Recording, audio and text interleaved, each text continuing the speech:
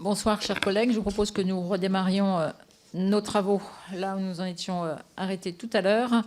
L'amendement 242. Qui le défend? Allez-y.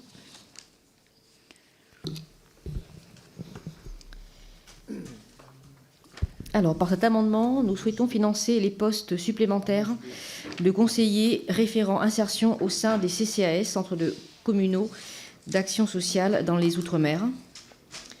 L'adresse constate une plus grande permanence dans le RSA en Outre-mer, avec 33,6% des bénéficiaires résidant en Outre-mer qui ont perçu l'allocation chacune de ces 10 fin d'année contre 19,5 en Hexagone. Cette problématique liée à l'accompagnement des bénéficiaires du RSA est en grande partie due au manque de personnel disponible. C'est une réalité que les CCAS signalent régulièrement en mettant en évidence les risques d'une dégradation importante, voire d'une remise en question de l'efficacité des politiques menées en leur faveur. Je vous remercie. Merci. Monsieur le rapporteur? Sagesse. Merci. On passe au vote sur cet amendement qui a reçu un avis de sagesse. Qui est pour? Qui est contre? Il est adopté. Non, il y a eu 2. Elle n'a pas voté. Non, il y a le monsieur, il a voté. Donc ça fait 2. 2. Mais 2-2, ça passe pas. 2-2, ça passe pas. Moi, j'ai pas voté. Non, elle n'a pas voté. 2 contre 2. Ça passe pas. Passe pas. Bon, alors 2 contre 2, ça passe pas, c'est match nul. 2-2. Oui, 2-2. 2-2. 2-2, ça fait match nul, donc ça fait contre. Amendement pour être soumis à discussion commune. Le 245. Madame Dosbé, vous le défendez? Oui, tout à fait. Le présent amendement propose d'instaurer à titre expérimental dans les collectivités d'outre-mer volontaires des bornes de comparateurs de prix. Les citoyens ultramarins se mobilisent fortement contre la vie chère dans les outre-mer. On pense récemment aux révoltes en Martinique face au ras-le-bol d'une situation qui n'évolue pas et qui pèse quotidiennement sur nos concitoyens qui subissent un coût de la vie entre 19% et 38% en moyenne, plus élevé que dans l'Hexagone. Dans ce contexte, il est primordial de promouvoir une transparence accrue dans la fixation des prix pour soutenir le pouvoir d'achat des consommateurs réunionnais. Je vous remercie. Merci. Le 326, Monsieur William. Merci, Madame la Présidente. Alors, l'OPMR a pour mission d'analyser le niveau et la structure des prix, des marges et des revenus et de fournir en réalité au pouvoir public des informations essentielles, régulières sur l'évolution de ces prix, de ces marges et de ces revenus.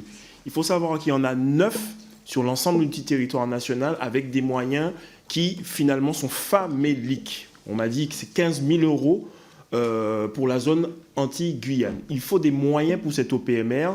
Je rappelle qu'il y a eu un protocole d'accord signé par l'État en Martinique et qui dit très clairement qu'il faut renforcer les missions et les moyens de l'OPMR. Donc, cet amendement vise à renforcer les moyens de cette OPMR, enfin des OPMR. Merci. Le 238, Madame Dosbé, vous le défendez? Le 238, oui, tout à fait. Par cet amendement, nous proposons de renforcer le budget des observatoires des prix, des marges et des revenus. Donc, le présent budget ne prévoit qu'une enveloppe qui stagne de 600 000 € en AE et CP pour les OPMR, alors qu'ils ont vocation à être renforcés dans l'objectif de lutte contre la vie chère. Cela est d'autant plus... Oh là là. Mince. Je pense qu'on a compris le sens. Oui, de voilà, on l'amendement. a compris, pardonnez-moi. Merci. Monsieur le rapporteur? Alors pour le 245 et l'expérimentation avec des bornes de comparateurs de prix, l'objectif d'une telle mesure est d'aboutir à une meilleure transparence dans la fixation des prix. Ça peut être effectivement une bonne idée. Concernant les 326 et 238, souhaiter abonder le budget des observatoires de prix qui ne disposent aujourd'hui pas de moyens suffisants. Là aussi, ce serait une bonne chose, mais pour les raisons que j'évoquais tout à l'heure, avis de sagesse pour les 3. Donc un avis de sagesse pour les 3 amendements. Je propose que nous passions au vote sur le 245. Qui est pour? Qui est contre? Ils sont rejetés. Le 326, qui est pour? Qui est contre? Rejeté. Le 238, qui est pour? Qui est contre? Il est rejeté. 2 amendements à discussion commune. Le 240, Madame Nosbé, c'est toujours vous? Oui. Par cet amendement, nous souhaitons alerter sur les phénomènes de concentration de marché dans les Outre-mer et proposer la création d'une autorité de la concurrence spécifique en Outre-mer. Merci. Le 340 de Madame Bellé, vous le défendez? Oui, défendu. Merci. Monsieur le rapporteur?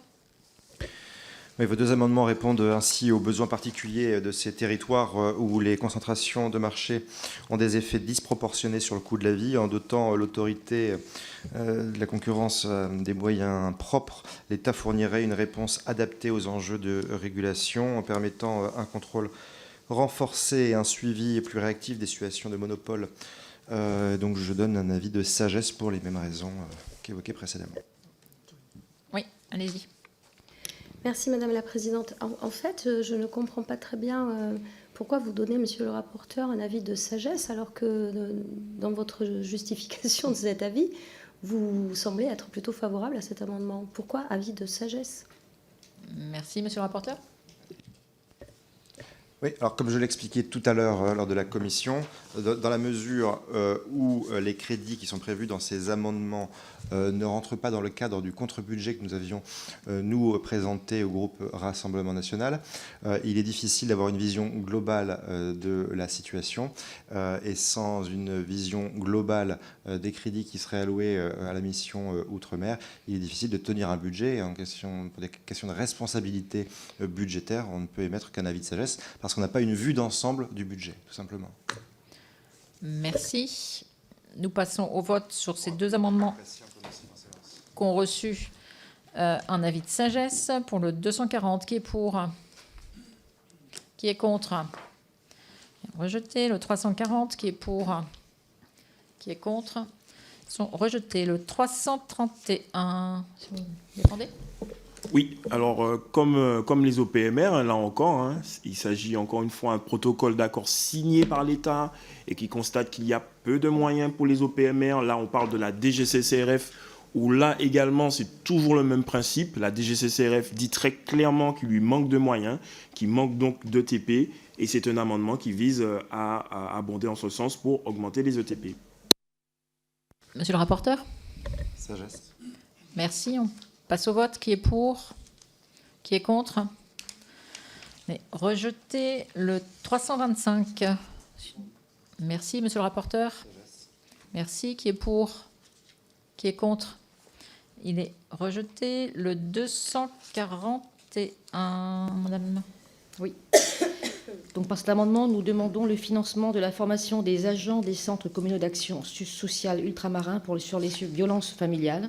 Je précise que cet amendement a été adopté ce matin en commission des affaires économiques.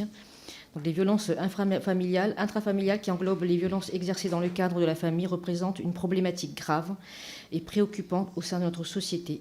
Je vous remercie. Merci, monsieur le rapporteur. Merci. Qui est pour? Qui est contre? Rejeté. Le 333. Merci. Qui est pour? Qui est contre? Il est rejeté. Le 336. Merci, monsieur le rapporteur. Merci. Qui est pour? Qui est contre?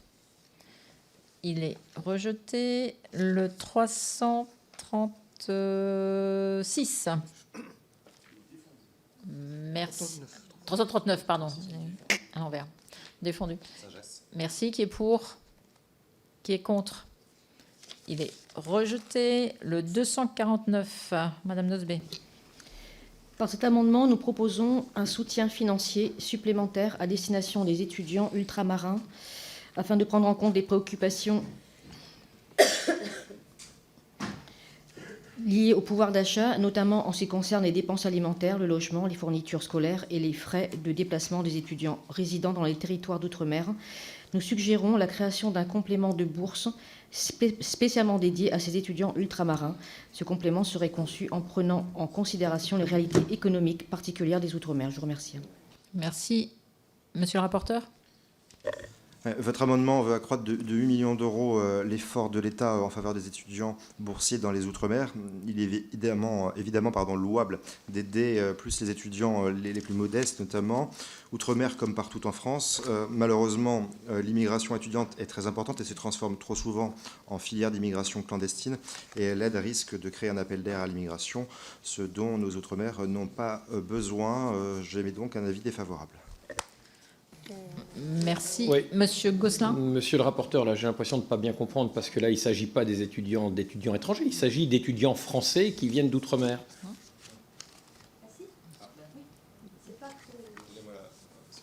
Oui. Non, votre amendement ne précise pas ça. Alors, à moins que vous mettez en place une priorité nationale dans votre système d'aide. Mais aujourd'hui, les dispositifs d'aide aux étudiants ne sont pas réservés aux étudiants français. À moins que vous mettiez ça en place. Et dans ce cas-là, si vous mettez en place une mesure du programme de Marine Le Pen, je peux comment me féliciter. Mais là, votre dispositif permet d'aider des étudiants étrangers qui viendraient. Bah, vous mettez en place une préférence alors. Madame Torignan. Résident. Donc, Madame Torignan.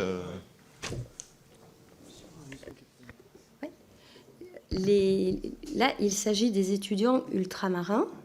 Donc, c'est des étudiants français, ultramarins. Les bourses des étudiants, aujourd'hui, les bourses, elles s'appliquent aux étudiants français. Non, c'est pas... Les bourses aujourd'hui ne sont pas réservées aux étudiants français. Mais si vous voulez les réserver aux étudiants français, j'approuve. Monsieur Gosselin. Oui, rien n'empêche légalement de mettre un certain nombre de critères et le fait d'être un étudiant d'origine ultramarine et donc habitant plus loin, etc., pourrait être pris en compte. Donc l'argument de monsieur le rapporteur ne vaut pas pour moi, mais je lui laisse la responsabilité des propos. En revanche, il y a un sujet. Moi, je pense que ce n'est pas les 8 millions qui seraient suffisants ou insuffisants, donc je ne voterai pas cet amendement. Mais il y a un sujet et ça fait partie des questions qu'il faudra voir avec le MOM, avec le ministère, sur une meilleure prise en compte, effectivement, des difficultés de déplacement, de montants éventuellement, de compléments de bourse, etc., pour des étudiants ultramarins. C'est vrai qu'il y a une différence, l'insularité, le kilomètre, enfin, ce sont des éléments très factuels. Merci. Donc un avis défavorable du rapporteur. Qui est pour? Qui est contre? Il est rejeté. Le 248, Madame Nosbé. Défendu. Merci, monsieur le rapporteur. Sagesse. Donc qui est pour? Qui est contre? Il est rejeté. Le 338, monsieur William.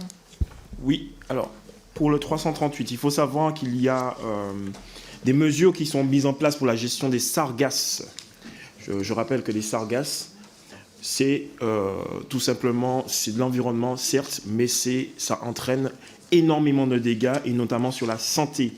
Il existe un dispositif en Martinique, mais qui n'existe pas sur la Guadeloupe. Et l'amendement de mon collègue vise à équilibrer tout ça. Il y a ce qui a été expérimenté en Martinique, et bien le faire également pour la Guadeloupe et Saint-Martin notamment. Monsieur le rapporteur. Un avis de sagesse. Qui est pour? Qui est contre? Il est rejeté. Le 250, Madame Nosbé.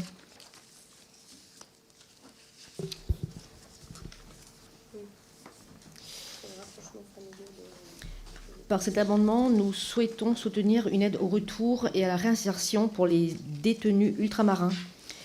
Dans le cadre de rapprochements familiaux, l'État assurerait le retour des détenus ayant accompli leur séjour carcéral dans un département autre que leur territoire d'outre-mer d'origine. En effet, quelle solution pour les jeunes laissés sans attache à la Réunion ou dans d'autres départements éloignés de leur région? Nous proposons donc le rapprochement familial, revenir à la terre natale, renouer les liens afin de reconstruire sa vie.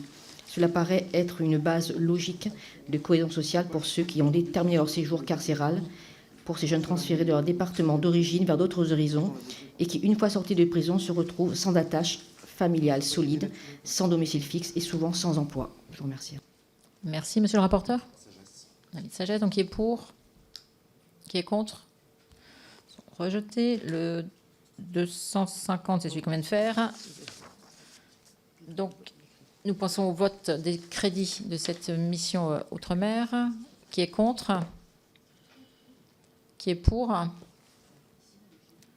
Ils sont adoptés. Nous passons après l'article 60, le 282. Oui, Madame la Présidente, les infrastructures à Mayotte sont trop souvent déficientes ou insuffisantes, ce qui s'explique principalement par l'insuffisance des investissements depuis plusieurs décennies. Un récent rapport du Sénat souligne un constat alarmant. Les taux d'équipement culturel, sportif ainsi que les services d'urgence et d'action sociale y sont bien inférieurs à ceux de la France hexagonale. La crise migratoire empire tout. L'hôpital de Mayotte, par exemple, est saturé. La demande en soins explose, en partie à cause de l'afflux de migrants clandestins. Les conditions de scolarité y sont intolérables.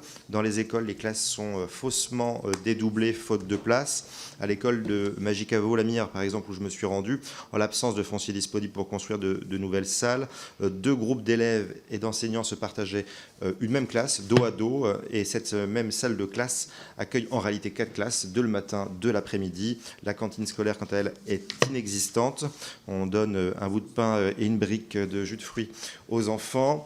Ce manque cruel de services publics aggrave les difficultés des élèves, notamment issus des familles pauvres, qui peinent à fournir des repas équilibrés à leurs enfants. Les infrastructures routières, elles aussi, sont gravement saturées. Il n'existe que 4 routes nationales à Mayotte. Un trajet de quelques kilomètres prend plusieurs heures. L'aéroport est également confronté à des difficultés, à des défis à la fois infrastructurels et environnementaux. Enfin, l'habitat est dans un état déplorable. Le développement de l'habitat indigne reflète l'incapacité de l'État à répondre aux besoins de nos compatriotes ultramarins. Et pendant ce temps-là, on continue d'accueillir une immigration toujours plus nombreuse. Alors, où est le plan d'investissement pour les services publics et des infrastructures à Mayotte? Ce budget 2025 en fait l'impasse. C'est pour cela que cet amendement propose d'établir un rapport sur les moyens financiers concrets afin de répondre efficacement aux besoins d'infrastructures et d'équipements. Donc je pense que votre avis est favorable sur votre amendement. Monsieur Gosselin. Oui, juste pour faire une petite remarque, on parle parfois d'amendements d'appel. Là, on a les amendements tribune. Merci. Nous passons au vote. Qui est pour? Qui est contre? Ils sont rejetés. Le 293, Monsieur Gillet. Oui, Madame la Présidente, l'Inspection générale des finances a remis en juillet un rapport dressant un tableau préoccupant du fonctionnement de la filière nickel et avance des pistes pour consolider sa viabilité économique. Depuis plus de 10 ans, la filière et notamment les métallurgistes se heurtent à différents problèmes. Volatilité du prix du nickel, incapacité à atteindre le niveau de production pour lequel ils ont été conçus à cause notamment de la baisse de la teneur en nickel du minerai et de l'impossibilité d'accès à certains sites d'extraction, des coûts d'énergie et de main-d'œuvre trop élevés. Face à ces difficultés et sans intervention des pouvoirs publics, la fermeture de certains sites semble inévitable. La poursuite de ce scénario aurait de très lourdes conséquences sur l'emploi mais aussi sur les finances publiques en Nouvelle-Calédonie. Dans le contexte de mobilisation de l'argent du contribuable pour une augmentation de la contribution française à l'Union européenne, le gouvernement de M. Barnier se devait d'en appeler à la mobilisation de fonds européens au bénéfice de la Nouvelle-Calédonie pour sa reconstruction ainsi que pour la transition de son mix énergétique indispensable à la filière nickel. C'est pourquoi, afin d'examiner la situation de la filière nickel en Nouvelle-Calédonie et d'envisager l'avenir des appuis budgétaires de l'État en la matière, il est proposé d'établir un rapport d'évaluation. Merci. Avis favorable, oui. Monsieur Gosselin. Oui, si j'étais rapporteur, moi j'irais déjà satisfait, dans la mesure où l'État n'a pas attendu cet amendement pour se pencher sur la crise du nickel. Et puis juste pour être complet, c'est pas des entreprises risquent de fermer. Il faut savoir que l'usine du Nord a déjà fermé, l'autre a été en partie détruite et la troisième va pas bien. Donc on est bien d'accord là-dessus, c'est déjà la réalité. Et si vous avez des solutions par rapport à l'Indonésie, à la Chine et aux cours mondiaux, nous sommes preneurs, mais je crois que ça ne relève pas d'un rapport parlementaire. Merci, Monsieur Gosselin, pour ces précisions utiles. Pour passer au vote, qui est pour? Qui est contre? Il est rejeté. Le 252, Madame Nosbé. Par cet amendement, nous demandons d'évaluer l'efficacité des dépenses fiscales de l'État sur l'emploi dans les Outre-mer. Les dépenses fiscales de soutien aux entreprises prévues par la présente mission visent à renforcer la compétitivité des entreprises essentiellement par des dispositifs d'exonération et de réduction des cotisations sociales patronales. Néanmoins, Il suffit de regarder le taux de chômage dans les Outre-mer pour douter de l'efficacité de ces dispositifs sur l'emploi. Je vous remercie. Merci, monsieur le rapporteur. Alors, les dépenses fiscales de l'État sur l'emploi outre-mer sont en effet très nombreuses et captent l'essentiel du budget de la mission. Il faut donc les évaluer très précisément, comme y appelle d'ailleurs la Cour des comptes. Je suis donc favorable à cet amendement. Merci. On passe au vote. Qui est pour? Qui est contre? Et rejeté. Le 256, madame Nosbé. Cet amendement est un appel à la réforme du bouclier qualité-prix dans les Outre-mer pour une baisse radicale des prix des produits de première nécessité. Face à l'incessante flambée des prix dans les territoires ultramarins, amplifiés par leurs particularités géographiques, économiques et sociales uniques, il est impératif d'agir de manière concrète et efficace. Je vous remercie. Merci, monsieur le rapporteur. Alors, instauré en 2012, le bouclier qualité-prix plafonne certains prix pour les produits les plus courants. C'est un bon dispositif qu'il faut en effet renforcer. Je ne peux être que favorable à cet amendement que j'avais d'ailleurs présenté l'année dernière et que les auteurs cette année n'avaient pas voté d'ailleurs à l'époque. Donc, avis favorable. Merci. Qui est pour? Qui est contre? Il est rejeté. Chers collègues, nous en avons terminé l'examen de ces amendements. Je vous souhaite une bonne soirée. Et vous avez le temps d'aller prendre un café avant la séance du PLFSS. Merci à vous.